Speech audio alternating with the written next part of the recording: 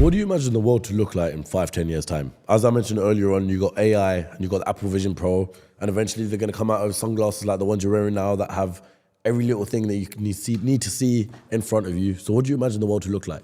Is it a scary place, or is it a thing of where it's interesting? It's a good question. And I'm going to tell people how I came to my answer. I think the best way to predict the future is to study history. I believe in times of old, let's go back the last 3,000 years. If you were a king, your life was pretty good. Or it was as good as life could be. To be a king, you had power, influence, money. That's what you had, and you were a king, and you lived a good version of life. If you weren't a king, you were an average man, a common man. Mm-hmm. And I think the world is cyclical. When you were a common man 2,000 years ago, you were effectively a slave, and life was terrible. And then that was the same all the way up to perhaps the 1930s, 1940s. Being a common man was pretty terrible. And perhaps it was the war and the massive loss of life.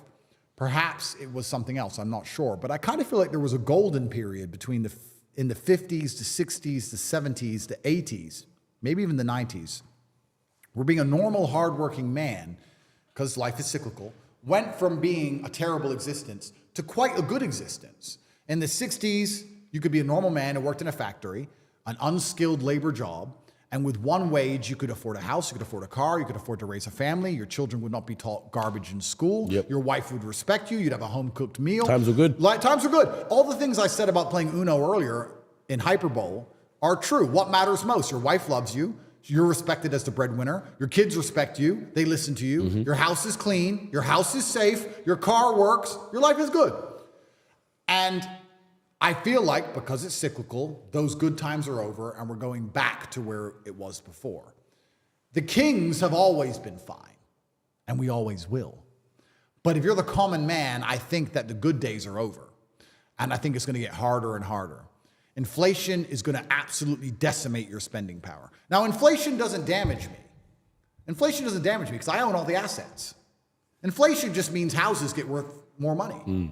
Inflation just means Bitcoin and stock and land and houses all go up. Inflation means my car collection is no longer worth 110 million. It's now worth 300 million. Whatever. Inflation, I own everything. Inflation is amazing for the rich man. 100%. I love it. But for the broke man, you're done. You're fit. You're done. You're finished. Because inflation is meaning your money is worth less.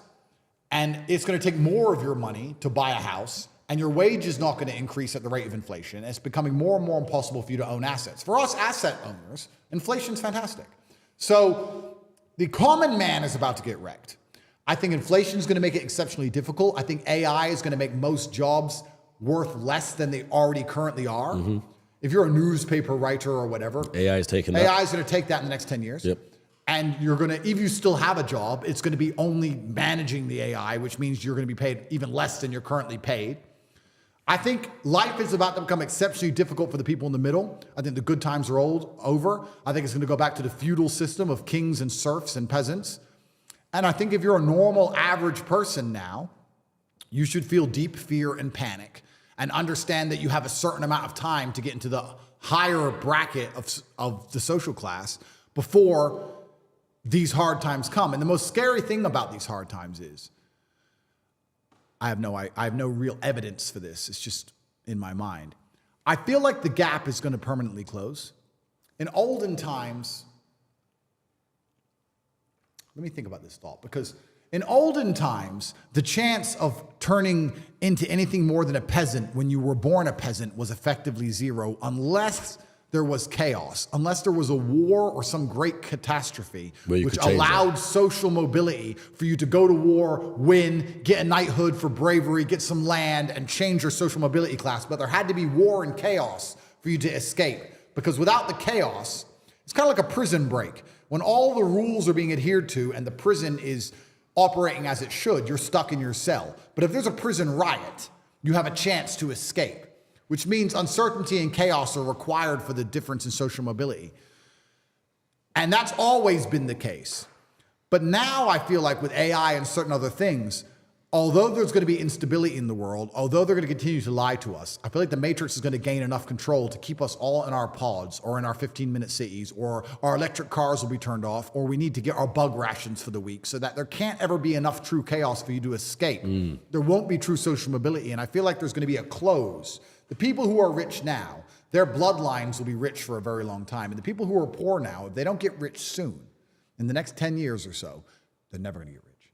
You're never going to get rich. The prices of houses are going to continue to go up. Prices of land is going to continue to go up. Inflation is going to continue to happen. Your wages will not catch up. It's going to get harder and harder for the average person to ever stand a chance of owning any assets. Yeah, it's now or never. Yeah. It's almost impossible right now. How does the average person on an average wage buy a house in London right now? Yeah. It's almost impossible already.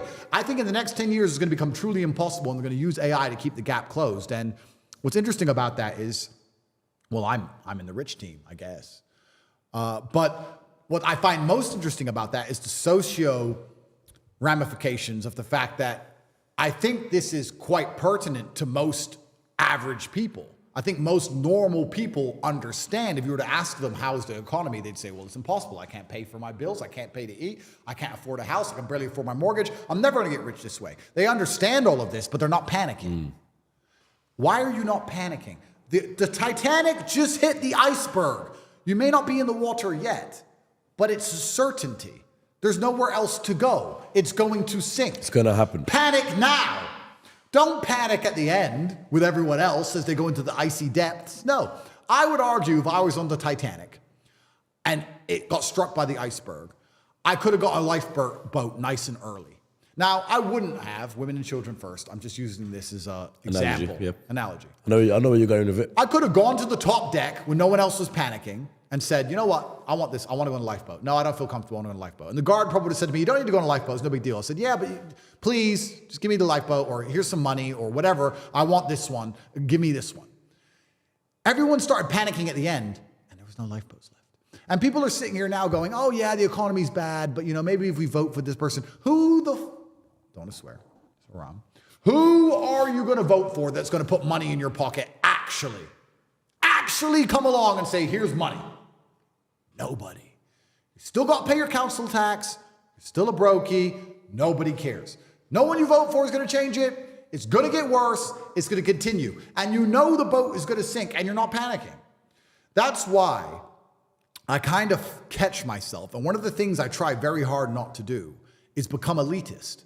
Because when you've come from the absolute bottom to the absolute top, and you've done it all off of your own back, and hard work and dedication, and never missing a day, the only shortcut to life is to never miss a day. One, because of compounding interest, and two, because sometimes you get lucky. And you'll never miss a lucky day if you try every day. If you don't try every day, you might miss your lucky day. And that's what people don't understand. If you never miss a day and you never don't try and you're always on time, was I late today? No, on time, and you try and improve every aspect of your life, and you're a professional, and you try and make sure that you analyze your decisions, you give yourself feedback, you don't make mistakes, you're not lazy. If you try and you make it to the top, you end up elitist because you look at the people down below and you're like, well, why didn't you try? I did. Oh, I did too. No, you didn't. That's a lie. Now you're lying to me, and that annoys me. And you catch yourself being very elitist. And this is what's scary about it, because I'm from a Luton council estate, and now I have all this money. But if I meet somebody who's truly broke, I'm not talking about you not have hundreds of millions, but if I meet somebody who's broke, I think they're an idiot. And I catch myself going, is that bad? Am I elitist? Or do I sit down now and I just say, no, I started lower than you and beat you. How are you poor? You're lazy. Okay, fair enough. I was going to say, why would you say if they're an idiot if you were once in that position as well? No, I was, but I got out. And I think there's only three reasons you can't get rich in the world today, which is either you're stupid, you're lazy, or you're arrogant. And I find the most common one is lazy and arrogant. It's not stupid. There's nobody at home who is too stupid to become rich. I'm sure anyone watching this podcast right now, if you were to sit down next to me and I were to say, do this, do this, do this, do this, do this, you could do it. Of course you could. But you're too lazy to learn how to do it yourself. And you're too arrogant to listen. It's not about being stupid. You're lazy or arrogant. It's one of the two. Those are the two most common factors of people. So when I meet people who have truly failed, and they pretend to me that they didn't want to fail. I know they're one of the three. And it's usually arrogant. Because when I sit and say to them, you could have got out, they don't say, you're right, I could have got out, I didn't try. That shows humility. They don't do that. They say, no, because it's excuse, someone else's fault, the matrix's fault, no self-accountability. Oh, well, you don't know what you're talking about anyway. Arrogance. Sounds like feminine mindset to me. Well, yeah, exactly. And then they're going to lose. Yeah. So I catch myself being elitist, and I try very hard not to be, because I don't consider myself a rich man. I'm a poor man with lots of money. And what's scary about being elitist is, if I'm from a Luton council estate, and I have a bunch of money now, and I see the common man as a lazy idiot, imagine how the elites see us. And then you start to really go down the rabbit hole when you understand these people who've been in charge of the world for a very long time, who own the banks, who believe they're genetically superior to us because why not? Their families always owned the bank. They can be a fat loser, but they just believe they're something because why not? They have a big boat, so that's just what they're going to believe, isn't it? Imagine how they view the common man. You think they give a shit about you or your family or your income or your wages? You think they care about you? You think they're going to make life easier for the common man in the next 10 years as you've just asked? Or are they going to continue to decimate your lifestyle for their own forever profit? There's no light without dark, which is a basic fundamental law of the universe which can't be broken. And especially as these large companies want forever profits, which they do, and they own everything.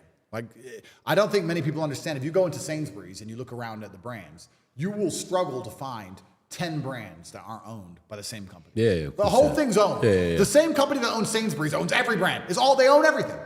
So if they want forever profits, which they do, they're not going to do that without owning everything. Well, and also you have to take that money from somewhere.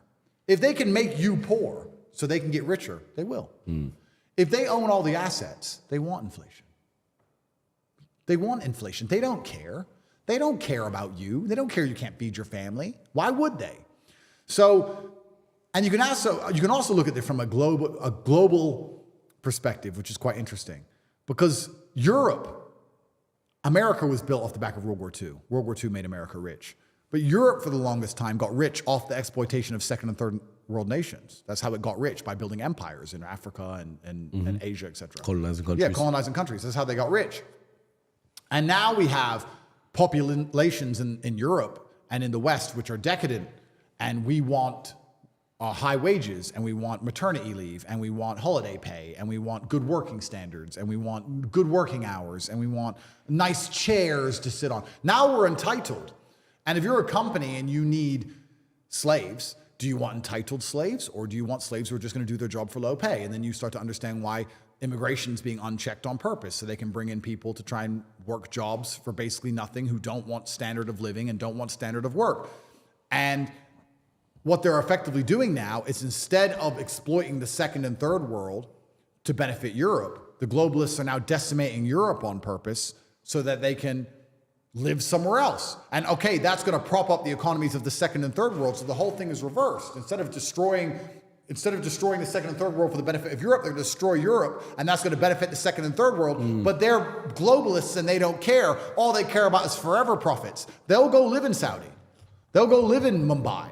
They don't care. They're not tied to the land or tied to the place like the average European is. So if you're the average man in a European country and you're not financially free and you're stuck somewhere in the middle, not only is your life going to get harder, but also the place you live in is going to get worse. Your wages are going to go down. Crime's going to increase. All of these things are going to happen so that the people in charge can get their forever profits and avoid all the mess they make. And it's all done purposefully. If I was an average person, I'd be genuinely afraid. I mean, it's easy for me because I have so much money. Okay, I'm currently restricted in Romania and I'm under a matrix attack and they'll put me in jail, blah, blah, blah. One day I'll get out and one day it will be over and I'll still be a millionaire and I can look at the map and go, where is safe? Tokyo, cool. Done. Most people can't do that. Yeah. They can't do that. They're stuck. And the fact that that doesn't bother them or they don't panic, I find flabbergasting. I mean, the iceberg has struck the Titanic. How long can you have a border where people can arrive by dinghy and throw acid in people's face until your nation has fallen? How long will you allow this to happen until you realize it's done? It's done. It's done. And how long will you sit there and get hit by endless bills that continue, inflation that wrecks your currency, wages that don't increase, new taxes with ULEZ cameras, unchecked immigration for All of it, people yeah. who don't have a passport, crime rates increase. Bro, I said this to Tristan. We were saying how we miss England because we're English in our hearts and part of us miss it. And I was saying, you know what? If I lived in England, I couldn't even protect myself. I have guys here with guns because I'm currently on bail and I can't carry a gun. Otherwise, I'm strapped all the time. If you come to my house, there's a big gate and there's pit bulls and there's 4 guys with weapons, guns. You need SEAL Team 6 to get in my house. There's bulletproof doors and I have a gun next to my bed. I'm the final boss. It's going to be a shootout. In England, I can have all the money in the world. I can go to Radlett. I was looking at a house in Radlett. I'll say it right now. It's 12 million pounds. It was gorgeous. And I thought, it's worth 20 million. For 12 million, it was worth Bargain. it. Bargain. Yeah. And I was like, Tristan, if we bought this house, the problem is we couldn't even protect ourselves because eventually someone will work out it's our house. It's just like it's just like all the footballers. Of course. All the footballers, Of course. when they go to play matches, they all get robbed. Bro, eventually someone will work out it's our house. The only way you can protect yourself in the West now is to hide. I was like, we can buy this house, not put it in videos, not put it on social media, not invite girls over, because you know what will happen? You'll invite a girl over one day, and she'll say, I'm coming with my friend Lucy. Not from the BBC, a different one.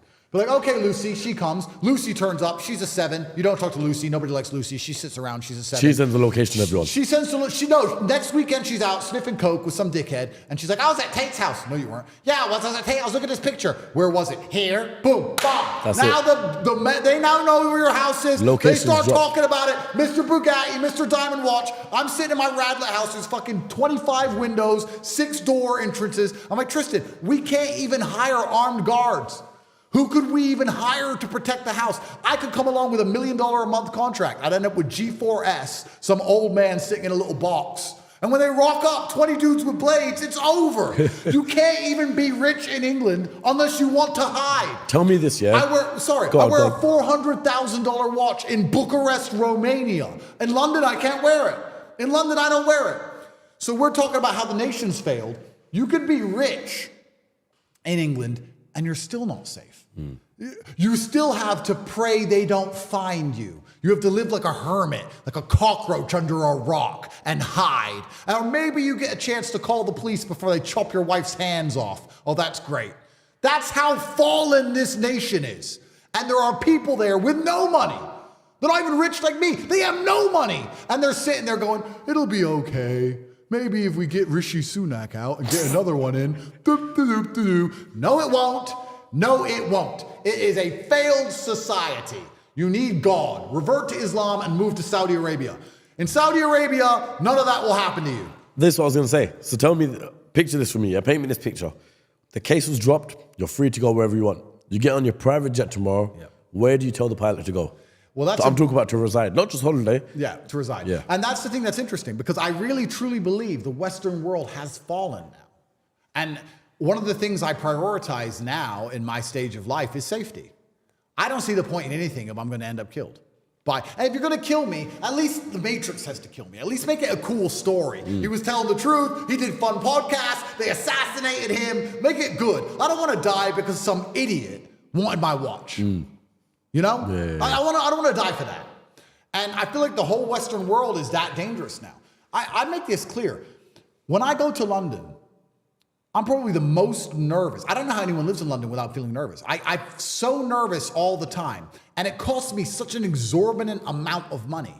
If me, my brother, and a couple friends go to London, we'll jet from here, that's 50 grand. And then there's 4 of us, that's 4 rooms. And we'll want to stay in a 5-star hotel, so that's 2 grand a night. So that's 10 grand in hotels. And then I have my security team there, it's 3 grand a day.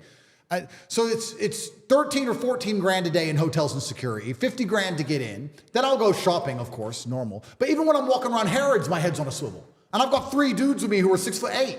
And I'm still like, and then you'll hear about someone get robbed just outside Harrods while you're in Harrods. You're like, how do people live in this city? And they're just living there like, oh, it's not that bad. Yes, it is. Yes, it is. I've never had that. This is the capital of the poorest nation in the European Union. I've never had any problems here. I drove a Bugatti around the streets. I parked my Ferrari on street corners. I wear a $400,000 watch. I've never had anything. Yes, I have security. Yes, I had armed guards. But for the years before that, I've never had any trouble. What's interesting about it as well is that these things stand out from the crowd. Obviously, I've been here for a couple of nights now, and you don't ever see a Ferrari, Bugatti, Lamborghini, or anything like that. So when when you see Tate in his role, you know. Yeah. So it's very easy. If this was like London, your target, 100%. Oh, bro, 100%. This is my point. Lucy would give the location up and I'd be a target and I'd be decimated. So how do you have a nation where you're not allowed to be wealthy without hiding? Where you can arrive without a passport? Where they can't catch people who decimate people's faces with corrosive substances? Where there's people in a room, those who are supposed to be designated towards enforcing law and justice, trying to put me in jail because I said women can't park. This whole thing is a clown show. This whole thing is a clown show. And only God can save us now, my friend. I don't know what the West is going to do. But this clown show is built on the back of the taxes of the hardworking average man. You're the average man. Not only is your life fucked, not only is your future fucked, not only are your children going to be finished, you're paying for this. You are paying for all of it. And then, if you ever get to a point of finance where you don't have to pay for it as much, or you can escape, one of your ex-girlfriends will call you up and demand money. And if you don't give it to her, you go to jail. What planet are we on? The Western world has fallen, and empires rise and empires fall. This is the cyclical nature of the universe. That's fine. But to sit and try and pretend it hasn't fallen is hubris. It's being an ostrich and sticking your head in the sand. And the smartest thing the average man can do is realize that yes, the Western world's fallen. And two, you have 10 years to get into the higher class, the higher social mobility class, or you and your bloodline are eternally finished forever. Yeah. Which goes back to a point I said earlier. If I'll teach you how to make money online for $49 and you understand you have less than a decade to save your entire bloodline and you do not join, well, then you're a loser. And your great-grandchildren will wake up one day in their slave pods eating the cockroaches and they'll ask their mother, why was granddad a loser? Why didn't granddad try and save us? And you're going to have to sit there and come up with some answer for them. You're going to have to say, oh, well, he was busy. Try and justify it somehow. To justify it. He was busy. He was jerking off the Pornhub. Oh, he was busy. You know, it was hard for him. It was a bad economic climate. And give a bunch of excuses to your bloodline as they continue to be slaves forever and washed my children's cars. Fine. But if you have a brain, you're going to understand you're running out of time. You're going to fix it. Especially if you understand the nation you're in is sinking. The Titanic you are on is about to sink. Everyone in England, it's done. It's over. It's done. So where do you go? Good question.